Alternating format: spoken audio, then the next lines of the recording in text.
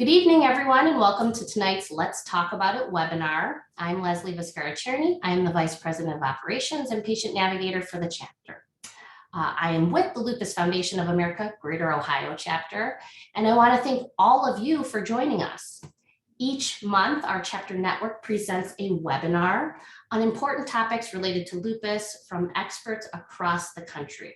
Tonight, we will be learning about lupus and understanding environmental triggers.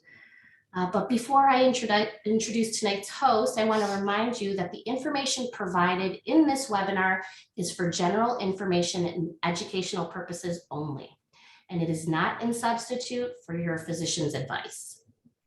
The views expressed in our webinar and partners are those of the presenters and not necessarily the view of the Lupus Foundation of America. And then also all lines have been muted to provide a distraction-free learning environment.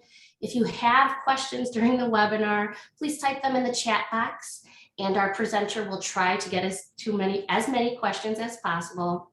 If you have further questions or want to learn more about upcoming educational programs, support groups, events in your area, please reach out to your local chapter. So here we go, my next slide. This evening presenting is Dr. Maria Antonelli. She's a board certified rheumatologist in the Division of Dermatology at Case Western Reserve University Department of Medicine at Metro Health Hospital Medical Center in Cleveland, Ohio. She completed her residency in Cleveland. She's done her fellowship and serves as chief resident. She's also the assistant professor of medicine at Case Western Reserve University and is passionate about training fellows and residents. She has a special interest in lupus and will focus her presentation tonight on understanding lupus environmental triggers. The goal is to provide a better understanding on the topic and how to live well with lupus. So thanks, Dr. Antonelli. Sorry, I butchered your intro a little bit.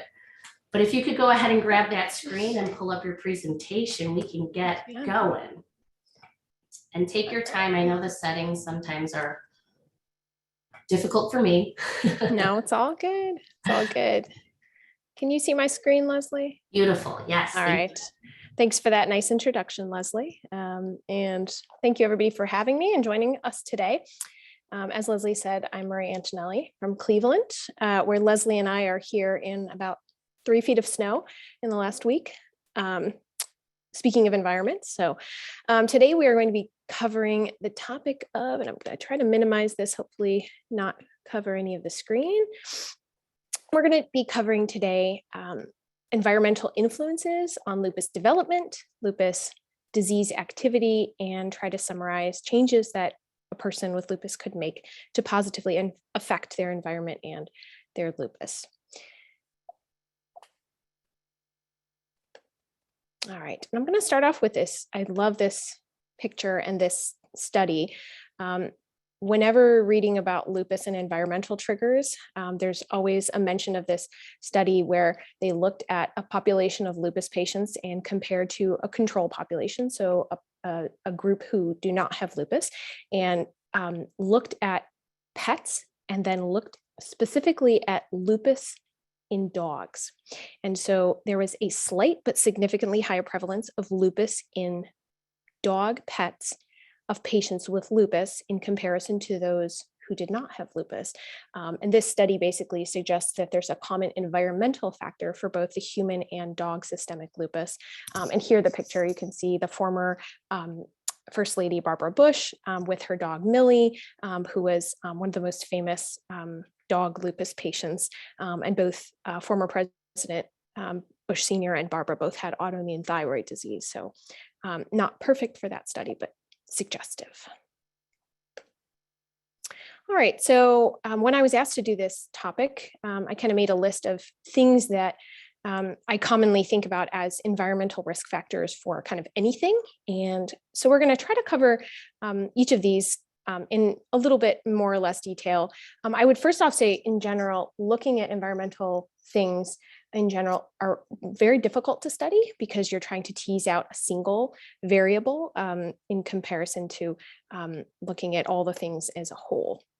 But first, I wanted to make a mention of basically there's a very big interplay between genetics and the environment and the development of lupus, in addition to lupus disease activity. So we often talk about something called the two-hit hypothesis. So we think about this, that persons who are genetically predisposed to both lupus or other autoimmune diseases have certain genes that they've gotten down from their parents that put them in a position that they might eventually develop some autoimmune disease, and that there's something in the environment, whether it be in the diet, the sun, smoking, infections, etc., that lead to immune changes that lead to that condition, that autoimmune condition. But really, it's not a two-hit only. It's more of a 3 or a 4-hit, right? Because you get that first hit, genetic, then you get your environmental trigger or whatever else that might trigger that autoimmune disease.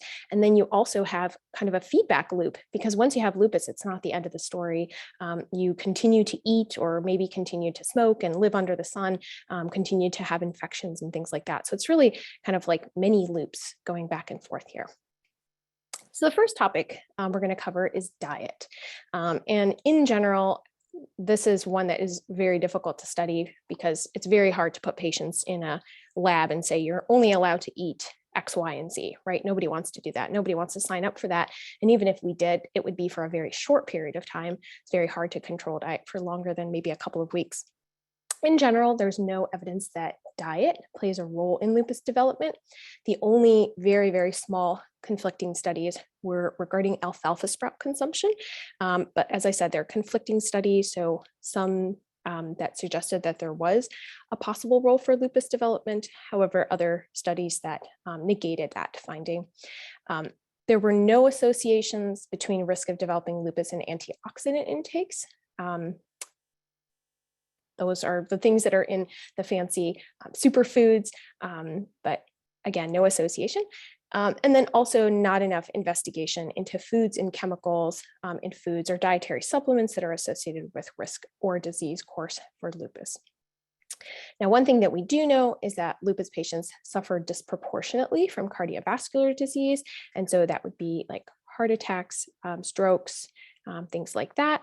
So because of that, what are some things that you can do to positively affect your diet for lupus patients? We know that diet can affect both blood pressure and cholesterol, which are the very, very important parts of cardiac risk factors. So focusing on a lower fat diet and avoiding things like saturated fats, avoiding trans fats like margarines, avoiding heavy animal products like cholesterols and meat products, and then trying to adhere to a lower sodium diet and avoiding things like adding table salt and having heavily processed foods like canned foods, deli meats, pre-prepared things, which usually use salt as a preservative. So we know what you can't eat, so what should you eat?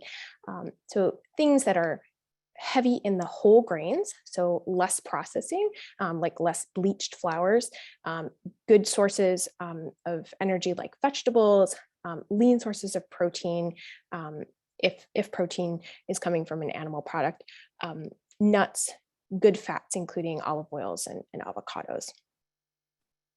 And you know what goes with diet, exercise. So trying to exercise for up to at least 30 minutes daily. And the best evidence here we have is things like low impact daily activities like walking, biking, yoga, swimming, Tai Chi, stretching activities, things like that. Then moving on to the next environmental influence, I kind of lump them all together: minerals, chemicals, pesticides, pollutants.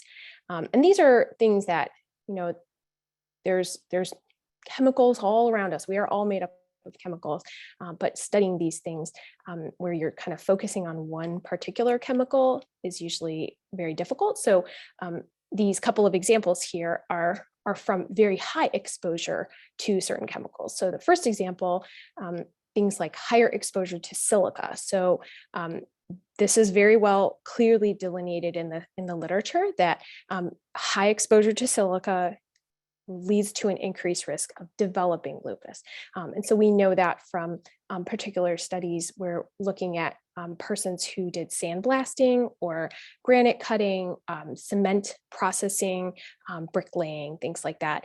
Another example with where there's high silica exposure is like that there are some new studies in the last several years looking at autoimmune conditions after 9/11 first responders. So like the firefighters and police and so on who were exposed to that high silica level in the 9/11 terrorist attacks. The second mineral exposure, it would be mercury. So mercury exposure possibly is related to lupus development. And this came from a study that looked at leaded glass hobbyists. So like the really pretty stained glass, where if you do that as like a hobby, there is high levels of mercury in the lead, in the leading. And so it is more common to find lupus patients who are leaded glass hobbyists. So that's where we get this suggestion. And then also pesticide exposure. So both mixing and applying are possibly linked, although it's not very clear to lupus development, although there's no data on lupus flares. Now, air pollution, this one is very important, and it was going to come up several times throughout the studies that we're going to present today. So there's definitely some suggestion of increased risk of all autoimmune rheumatic disease, but very difficult to study as a whole. When you're looking particularly at lupus disease flares, there was a study out of, I think this one was out of Johns Hopkins, where there's a very big lupus cohort that looked and found a correlation between the fine particulate matter, so PM 2.5. And so this is looking at very, very, very fine particulate matter. And I was just looking this up before, and of course it escapes me now, but basically it's stuff that you cannot see with the naked eye. Like at the dot at the end of in that 2.5, that little dot has, thousands and thousands of 2.5 PMs. So the higher the concentration of this particulate matter in the environment, so on a day where the pollution is very, very high, the higher the pollution, the more association with risks of lupus flares, in particularly skin flares, joint flares, serositis, and hematologic flares. And remember, when we throw around that word serositis, that's just talking about inflammation from lupus related to the covering around the heart, around the lungs, and possibly around the tummy. So air pollution definitely associated with lupus disease flares. Now, one positive study, and this was like noted in a couple of different reviews. So it must have been studied years ago, but basically hair dye, lipstick, many studies, no association. I know there's going to be people who are happy out there about that one. So moving on to vices. So alcohol and tobacco. So alcohol, actually, I was surprised to find when I was doing the digging that moderate wine usage actually has a protection against lupus development.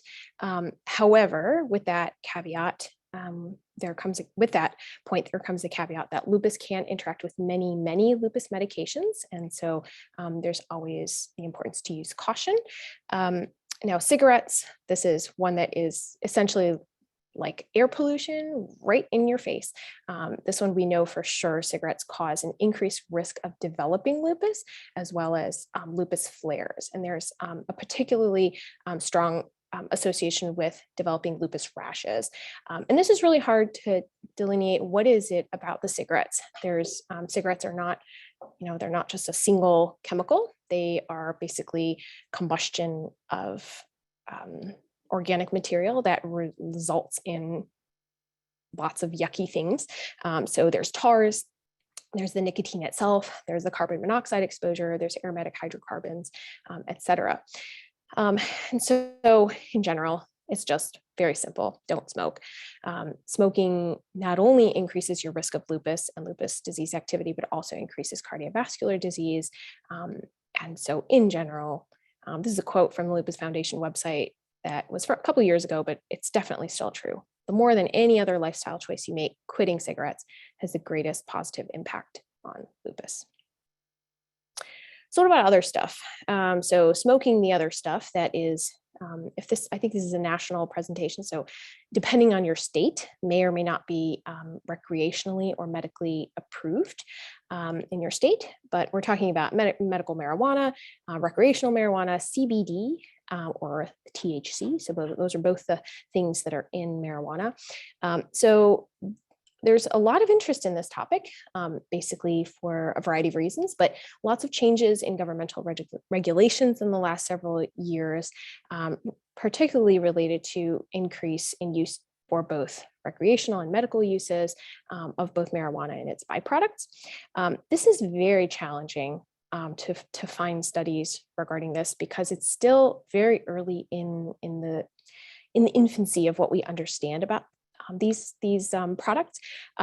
In general, marijuana is still considered a Schedule I drug. And so in order to actually study this medication, these products, it's extremely highly regulated. Some studies, though, that I did want to point out, there are possible side effects that were at least noted in one dermatologic paper. Urticaria and pruritus, so that's like an itchy allergic type rash, as well as cannabis arteritis, so that's inflammation within the blood vessels that can present with necrosis and tissue gangrene, as well as ulcers, and then oral cancers are definitely associated with cannabis smoke. So that's like marijuana smoking. I also wanted to point out that there are differences in FDA regulated products and OTC supplements, so over-the-counter supplements. So when the government gets involved and the FDA, the Food and Drug Administration, is involved, there's a highly regulated process where, for example, let's take Plaquenil. We know kind of you have to have the certain amount of Plaquenil in the pill. And so when a person says, yes, I'm taking Plaquenil, we can all agree on what is in the pill and what you're being exposed to. In contrast, something that's an OTC supplement, so an over-the-counter supplement, like here, at least in Ohio, you can get CBD, so the non-THC form of marijuana, in a lot of over-the-counter like creams and oils and things like that. Over-the-counter supplements are not FDA regulated, and so you can never really know how much and how well refined what you're actually getting. And this kind of actually applies to even like vitamins and supplements. So very, very difficult, but lots more coming. Now moving on to infections. So there's many proposed infections that have been related to both lupus development as well as lupus flares, but very few with evidence. The most strongest data that we have is on the EBV, or Epstein-Barr virus. And we know from many studies that lupus patients are more likely to have EBV antibodies, which show prior infection. But remember, there's the caveat that association does not prove causation. This is just too common an infection to basically blame this little virus. Almost all types of infections have been noted to cause flares. So the common cold, flu, COVID, pneumonia, UTI, et cetera, et cetera. They're all anything that really upsets the equilibrium, the homeostasis of the body, can tip the balance of lupus quiet remission into lupus high disease activity. Now, vaccines, there are a few cases reported in the literature that flares are caused by a vaccine, but as I said, this is extremely rare. And in general, vaccines are one of the things that you can do to protect yourself as a lupus patient, because we know that infections can tip over that balance. Other things you can do with regard to protecting yourself from infections, so limiting sick exposure, hand hygiene, masking when appropriate, which everyone I'm sure is still doing, and then being proactive when you're ill. So resting, calling your physician sooner rather than later, depending on medications, holding immunosuppression when there's a fever or even early sick symptoms, just to be safe. Now moving on to more general environmental topics. So the sun, vitamin D, weather.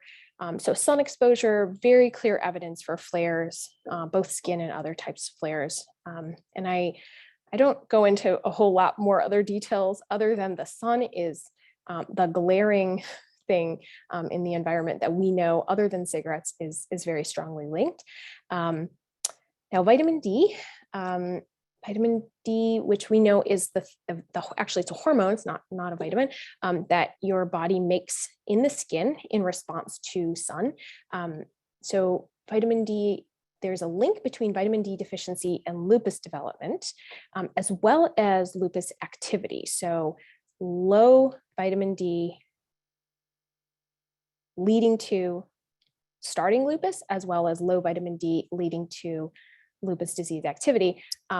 This is potentially a chicken and egg phenomenon, and it's a little bit hard to explain because we think about vitamin D deficiency as if it's like a wallet. Like if you don't have enough, that's it. That's your vitamin D deficient, and you need to fill your wallet with more vitamin D, and you're done. But actually, your body uses vitamin D as a marker of inflammation. And so when your vitamin D level is low, that actually can suggest that there's high levels of inflammation. And so it might not actually be a true vitamin D deficiency. So it's a little bit of a difficult thing to explain, but there's definitely some suggestion that low vitamin D can lead to lupus flares as well as to lupus development itself. Now, something a little more complicated to explain, but something that also came out of that Johns Hopkins study, the geomagnetic disturbances. So that's like the magnetic forces around the Earth, particularly in relation to its spinning axis and in relation to the sun. So those disturbances, including levels of geomagnetic activity, the number of sunspots, and high proton flux events may influence lupus disease activity. So things that we're not going to necessarily change about our environment, but that we know things in the environment do have that effect on lupus. Other things, so seasonal variation, so not particularly well studied, but I found a couple that were kind of interesting. So one study in a city in northern Norway. So you can imagine that their winters have very, very short days where they have very, very little sunlight and very, very cold weather, and then very, very long summer days.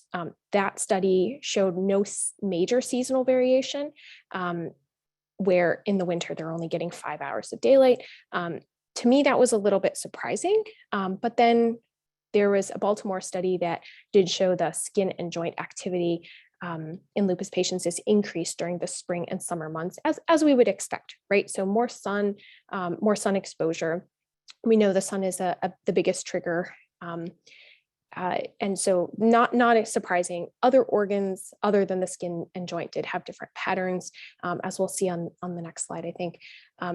But yeah, like I said, the seasonal variation, this is something that's definitely hard to tease out, whether from ultraviolet light exposure, from infections, right?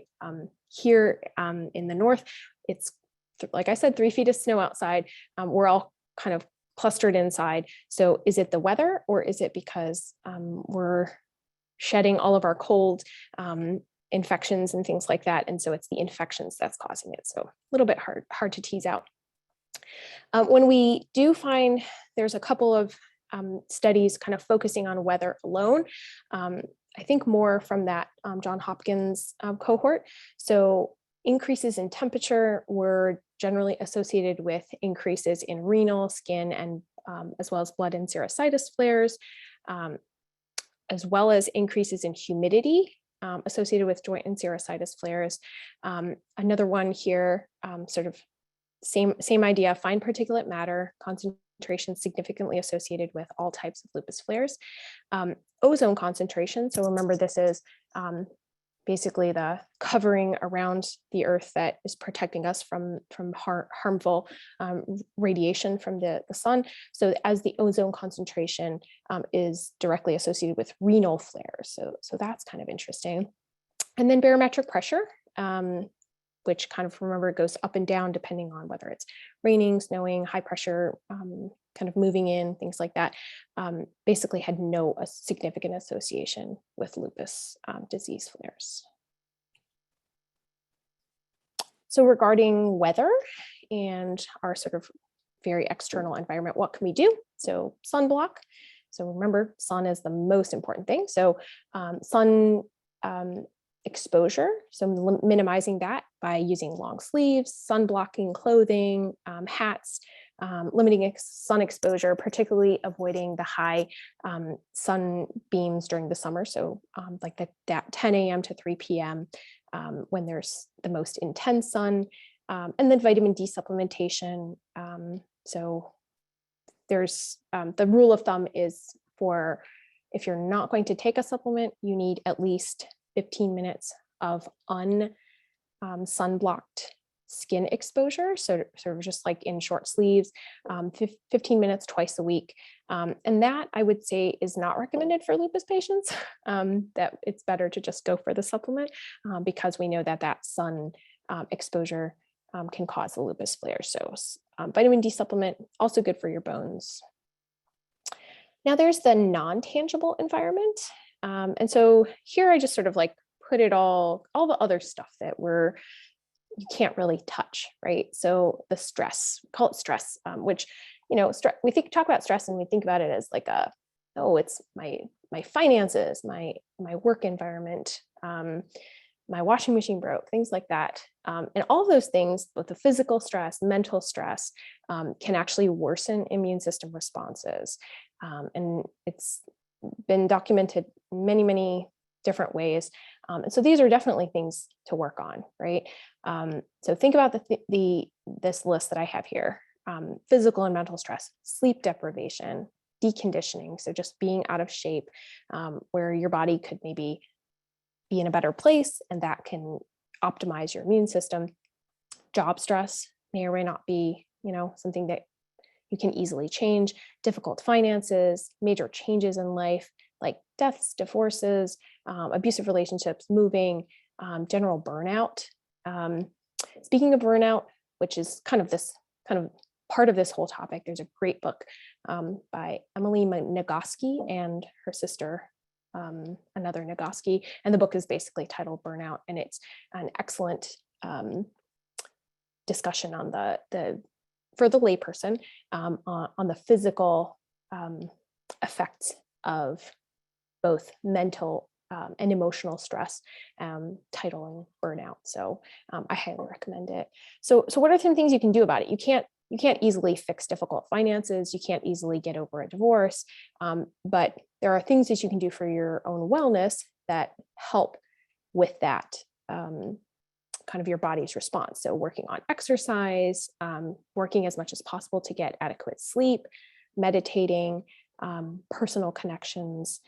So connecting with friends, doing this, sort of getting in contact with community. So like the Lupus Foundation, where you're connecting with people. I saw people in the chat saying, good to see you. And that's great. Connecting with other people who are going through things like you are. Working on self-care and self-compassion and being gentle and kind to yourself. There are things that are hard to do, but are better with practice. Now, climate change, I'm going to say a word about it because I have a microphone and it definitely seems appropriate with today's topic. So we just made that point that pollution, ozone concentration, high sun exposure, high temperatures are all associated with worse lupus outcomes. And all of these are worse with climate change. So what are some things we can do? We can all do a little bit, right? Growing up, a child of the 80s and 90s, reduce, reuse, recycle. And we can all do a little bit of that. So moving toward using electric things rather than combustibles. I'm a big fan of thrift shops. Going and buying something new actually takes, if you think about buying a new pair of jeans, generally jeans have to be washed like 30 to 40 times in order to get that wear. Buying an old pair of jeans is actually better for the environment, right? Taking Tupperware and bags to the restaurant for leftovers. you don't see it often, but remember, what, I think there's that quote with that, I think Gandhi said it, be the change you want to see in the world. So I started doing that, taking Tupperware and recycled bags to a restaurant, and the waiters get used to saying, wow, I'm glad you have your own, and maybe other people will see you doing it and make it okay that we're all doing it. Using recycling shopping bags, which is obviously becoming more and more common use, driving electric if that's at all possible. And just remember that every little change helps. If you won't do it for yourself and for your friends with lupus, do it for your kids, do it for my kids. So to summarize, what are some things we can do? Very strong, don't smoke. If you are smoking, please stop. And if you are not smoking, please don't start, and discourage your friends from smoking. We didn't talk about it today, but hydroxychloroquine, so Plaquenil, take your hydroxychloroquine regularly. We know that has a very strong decrease in morbidity and mortality in lupus. Having a healthy diet, so lower fat, lower cholesterol diet, focusing on eating whole grains, vegetables, lean sources of protein, and then avoiding sun and using sunblock, which we're going to talk a little bit more in detail in the questions, and then being smart regarding vaccines, hand washing, being proactive while sick, and then self-care like exercise, adequate sleep, meditation, personal connection, self-care, self-compassion. All right. I'm going to assume Leslie is okay with me addressing these questions. I had a couple of questions that came through ahead of time, and so I prepared a couple of slides regarding these. They were very, very good questions, and I was glad that I had a couple of days to prepare some responses because they were very specific. So the first question was from a person that said, I have used sunscreens with oxybenzone, homosalate, and octinoxate. They have caused breakouts in an itchy rash. I have read these chemicals can interfere with hormones and may be toxic. Any comments? Are these sunscreens with zinc oxide or titanium dioxide the best alternatives? And so this is, I have a little website down here at the bottom. It's from the American, I think, Academy of Dermatology that kind of did a really nice job explaining that the FDA is actually doing a lot of investigation into sunblocks.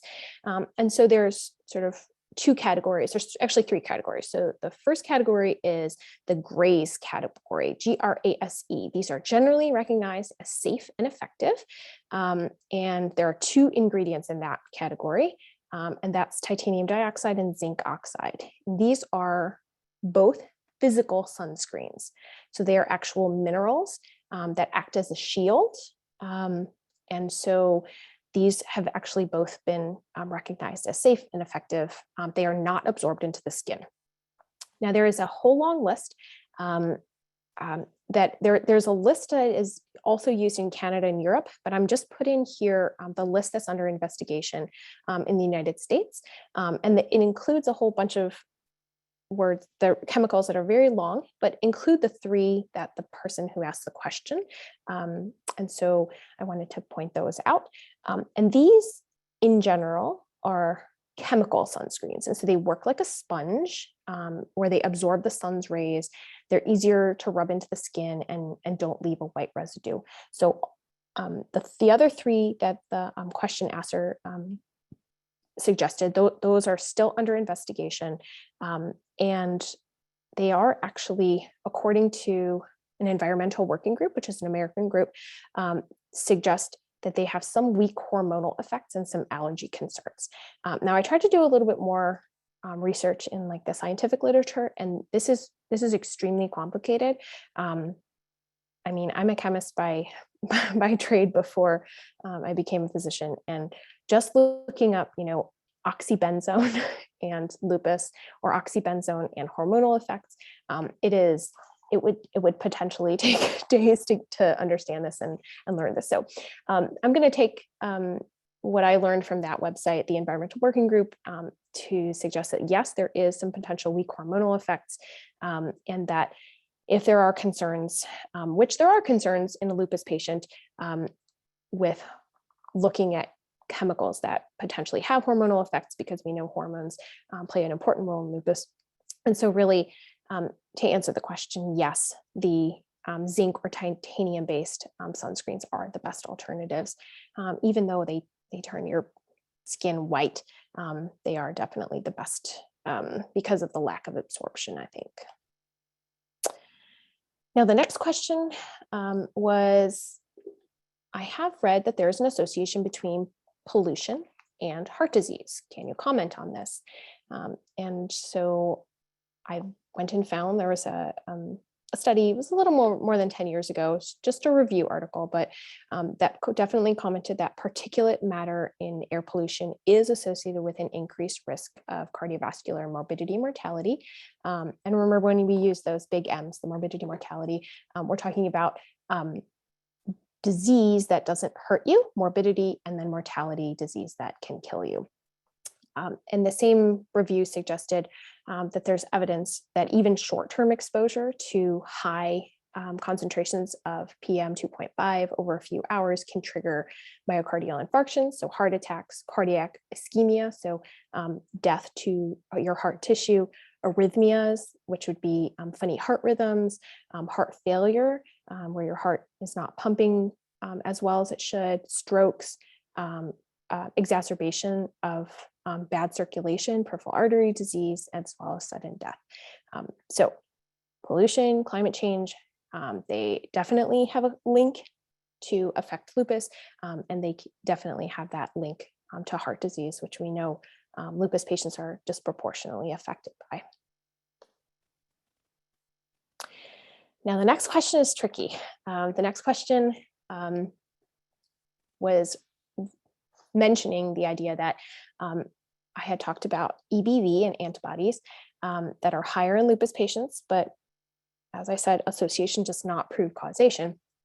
So is there an association with the EBV viral load and lupus? And so I found a Korean study, 2004, that suggested, very small, but 24 lupus patients versus 29 controls, and basically looked at EBV loads, so meaning the viral loads and how much was stuck in their blood cells. And so the number of infections and the type of infections, because there are different subtypes of EBV, were quite similar between the control population and the lupus population. However, this was really, really interesting. The burden of EBV, so the viral load in the peripheral mononuclear, so those are like the macrophages that are floating around, they are over 15-fold greater in lupus patients than in a healthy person, basically suggesting that EBV infection might be abnormally regulated in lupus patients. And so again, that does not prove anything like causation, but it suggests that potentially that is a very strong trigger in that two-hit hypothesis. They also made a comment that the abnormally increased proportion of EBV infected B cells in lupus patients might contribute to that enhanced autoimmune production, autoantibody production in this disease. Now, the next question was, have there been any studies or reports that show the carbon footprint related to care of lupus patients? I could not find anything in the literature. I will confess, I looked in things like PubMed, which are like the medical literature. I'm not sure how to look in the environmental literature, but my educated guess is that it's probably a little bit slightly higher than usual care, basically because of cost of, what did I mean by cost of pollutants? I'm not sure what I meant. Basically, cost of medications, sorry, that was my error right there. Traveling while researching and developing medications and then transporting medications. So just if you have to think about like, let's say like all the, all the cost of combustion of things that go into making something like the new medications that are out for lupus. Obviously, there's travel, sending PhDs around the world and things like that. That's going to cost a little bit. And so if you split that among all the lupus patients, probably just becomes a little bit higher than the general population. And the last prefab question we had was, can well water be a trigger for a lupus flare? And so I had to kind of do a little research on what makes well water versus what makes tap water. So well water basically comes from pockets of water deep in the ground and is not treated like tap water. And so this is going to vary by location. So, for example, I saw out in the chat, someone from Houston, is going to have obviously very different well water than what we have here in Northern Ohio. In general, well water tends to have higher concentrations of magnesium and calcium content and higher other mineral content. And in general, they're not treated with things like fluoride. So that's important, very, very important for teeth. So I did find one 1992 study that looked at exposure of, I'm not going to try to pronounce these, trichloroethylene and trichloroethane, et cetera, chemicals in water obtained from wells in Arizona. And basically this one study in this, again, a very small area, showed long-term exposure to these chemicals in contaminated well water significantly increase symptoms of lupus in that population. So this is kind of just serves as a general example that, this kind of question where we're looking at well water, it's not going to, we probably are never going to have a good answer for all lupus patients around the world. You would only be able to sort of look at a particularly small area and maybe study. Remember, lupus affects less than 1% of every population. So, in order to get a strong statistical effect, you have to have a large enough area. And so sometimes I think with questions like this, we're not going to ever have a really good answer. All right. That's all I have pre-prepared.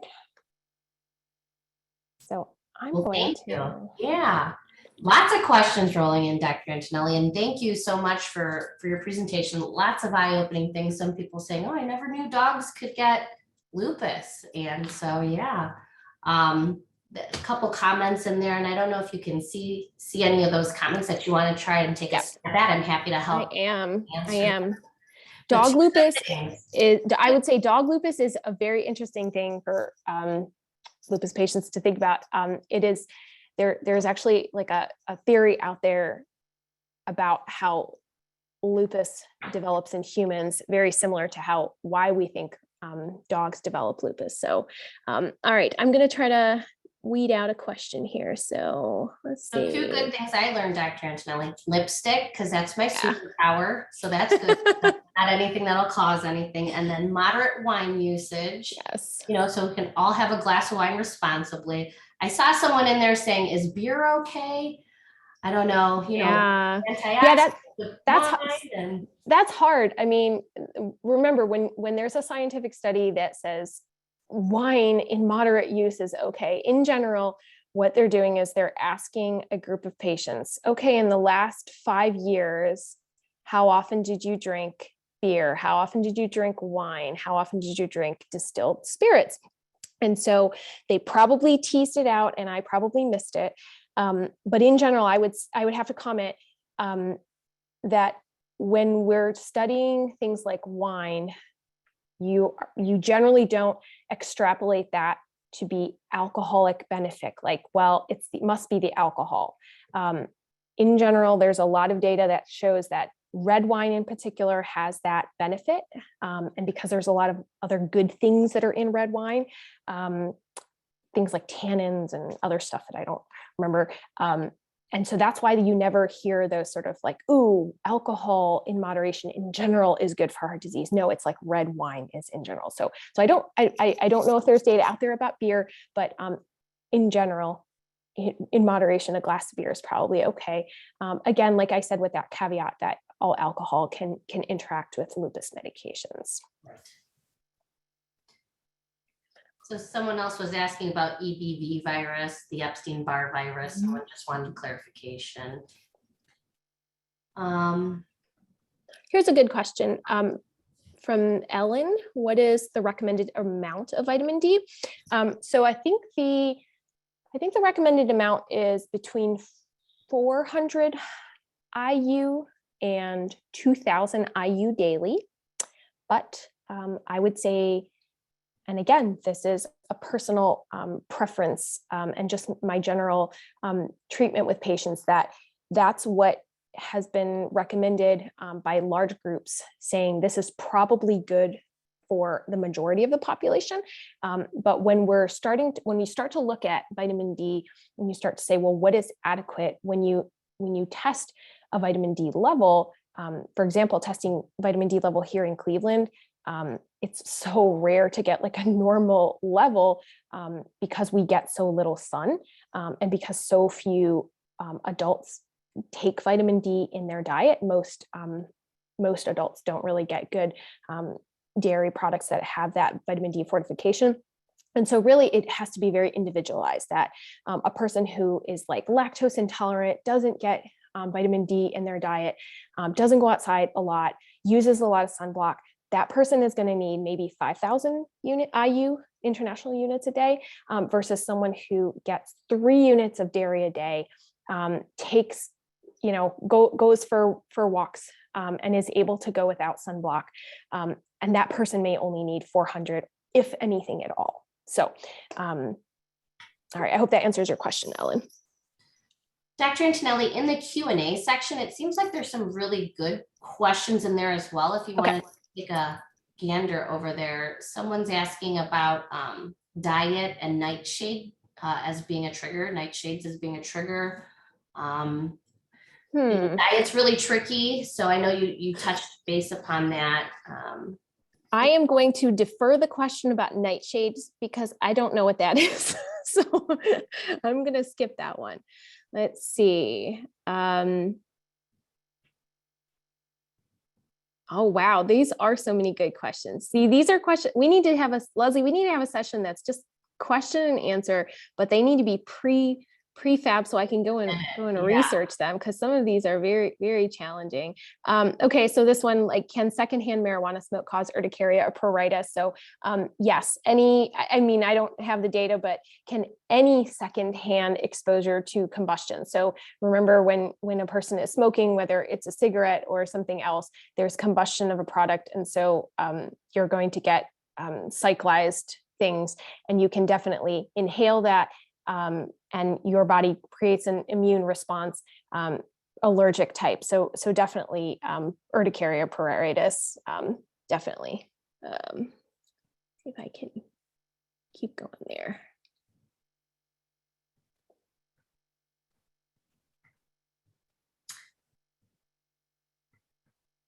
So we also want to keep questions pretty general. So when we're talking about treatment with, options, the best solution is, or best person to talk to is your physician. So I see a lot of comments in here that maybe are particularly pertaining to each individual person. Right. And sometimes we do have to fact check a little bit.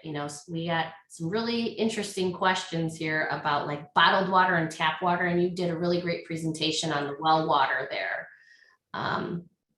So one thing about bottled water and tap water. So bottled water is somewhat treated that it has less chemicals in it than tap water. So tap water is treated to be safer and potable drinking water.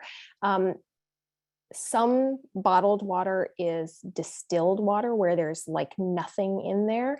And actually there are some medications, and not the lupus medications that I can think of, that you're not supposed to take with that. So actually that's a really important point, that, if you are drinking just bottled water, like if you're in an area where, the tap water is not very doesn't taste good to you, and you really only stick with like bottled water, that would be something that would be really important to talk with your physician about, because there are some medications that the absorption is changed by drinking certain types of bottled water. That's interesting. I want to point out this one question because I think this is really important. Somebody asked, I smoke tobacco it's so hard not to use tobacco. Any recommendations? And I think that's like a really, you know, we talk about it flippantly, you know, just don't smoke. But tobacco is probably the most addictive thing that we have on the market, that is legal. And there are many ways, at least I can tell you in Ohio, and that's why it's so hard. This is national. We have an Ohio quit line that is like a 1-800 number where you can call. It's 24/7. There's like a nurse on call. There's free patches, free gums, lozenges. In general, it's such a mental addiction. You know, we have a lot of medications that can help patients quit this addictive product, but it really comes down to if you're smoking, let's say, you know, a pack plus a day, cutting down slowly, setting a quit date, getting down to, if you can, 5 cigarettes a day or less. 5 cigarettes a day is that cutoff where you say 5 or less becomes a mental addiction and not the physical addiction. Whereas if you're smoking more than 5 cigarettes a day, there's still a very high physical withdrawal when you stop. And then, you know, if you set a quit date and you make it a couple of days or even a couple of weeks and then go back to it, to not give up. There's a lot of studies that say the more attempts at quitting, the more likely you are to stop. So somebody who only tried once is more likely to fail, but somebody who tried 15 times or 20 times is much more likely to stick with it.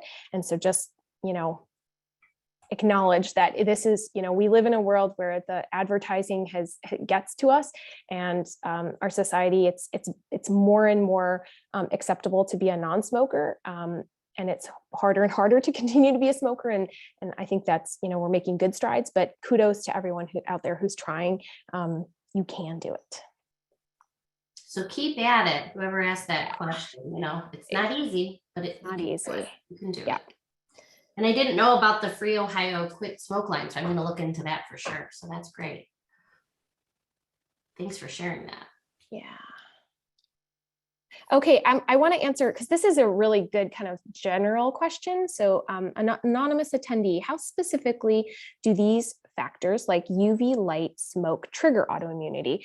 And so it's the basic idea that UV light and smoke in particular, they basically expose your body to something that is not normal. And so your body, the DNA kind of gets messed up. So, you know, when you have a baby and the baby is perfect, the DNA replication happens.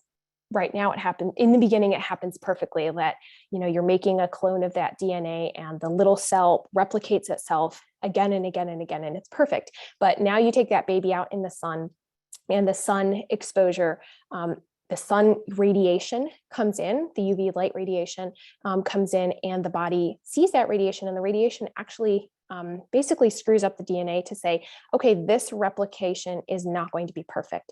And so now you've got a replication that is not so good. And sometimes it happens in, let's say, a cancer gene, and then that turns into cancer. And sometimes it happens in an an immune gene. So for example, let's say it's that macrophage, you know, the little genes in the macrophages, where the macrophages are supposed to be the little garbage pickers in your body.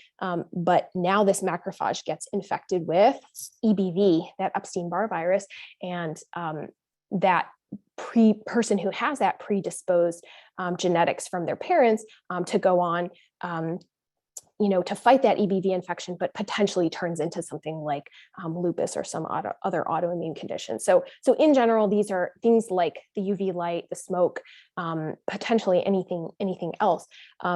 Basically, they alter the DNA so that DNA replication, or turn on genes that turn into autoimmunity, basically.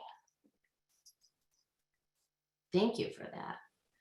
So we have like a couple minutes left. Going back to like smoke and carcinogens and cigarettes, someone's asking about fireplace smoke. You know, is there a correlation there? kind of tough, but I know So specifically. fireplace smoke would be like, it would be like air pollution, because if you think about anything that you're burning, basically is going to turn into carbon dioxide, and basically ash. And you can see the ash in the fireplace, but there's always extra little particles. And so this is, educated guess. I'm not sure that there's any studies out there like this, but for example, when I have treated patients who have come from like Asian populations where they have indoor cooking ranges and they don't have windows, they have actually very, very high rates of things like COPD and emphysema, because that smoke and combustion exposure in such close areas exposes the body to that, the fluorocarbons and things that come out of that combustion. So I would assume that a fireplace exposure would be just like that, air pollution. So, that would be something like, if at all possible, if you were choosing between houses and apartments where one had like a gas fireplace versus a wood burning fireplace, a gas fireplace has much less air pollution, and that debris that would come with wood burning fire versus gas fire, where you're literally in general, that's probably not as good as electric. Electric heat is going to be much cleaner, cleaner for the environment, because you can get it from now wind sources. But I guess that would be the general educated guess, in preference, that electric over gas heat, like gas burning fireplace, and then gas burning fireplace over log burning fireplace. As cozy and wonderful as that sounds, it's worse for the environment and probably worse for lupus. I loved your slide on helping out the environment, bringing Tupperware to a restaurant, and cutting back on that reduce, reuse, recycle. It was a great suggestion. I'll keep that in mind. I will. All right, we have 1 minute left here. Can we take a little quick view at back to diet and perhaps the correlation with too much sugar in the diet? That could cause other autoimmune diseases, but could you touch base upon that? And I think that might be the last question for the evening. So sugar in general. So this is tricky, because sugar, when we use that word sugar, we are generally talking about sucrose, which is that table sugar, but there's many, many, many good sugars that are in diets. And I would just comment and say everything in moderation is okay. You don't want to have lots and lots of processed foods that have a lot of sugar. You want to have more kind of natural diet, but that little bit of ice cream at the end of the day, maybe once a week or something like that would be good for you, good for your mental health. But yeah, as far as table sugars and autoimmunity, I don't think I read about something like that, but I would say everything in moderation. I agree. In moderation, we can all indulge just a little bit of ice cream, just not the whole Ben and Jerry's. Not the whole Ben and Jerry's. No. Well, we have lots of thank yous popping in. Everyone saying thank you so much, Dr. Antonelli. Thanks, Dr. Maria. And lots of well praises. And this was a very interesting topic. It is being recorded, so please contact your local chapter if you want to catch this on the replay, or maybe replay it for us. Lots of people saying very informative. And thank you so much, Dr. Antonelli, for taking the time to educate lupus patients across the states here. So it's really great when we can all get together on a forum like this, and we appreciate your time. Thank you so much, Leslie. Thanks to everyone for participating today.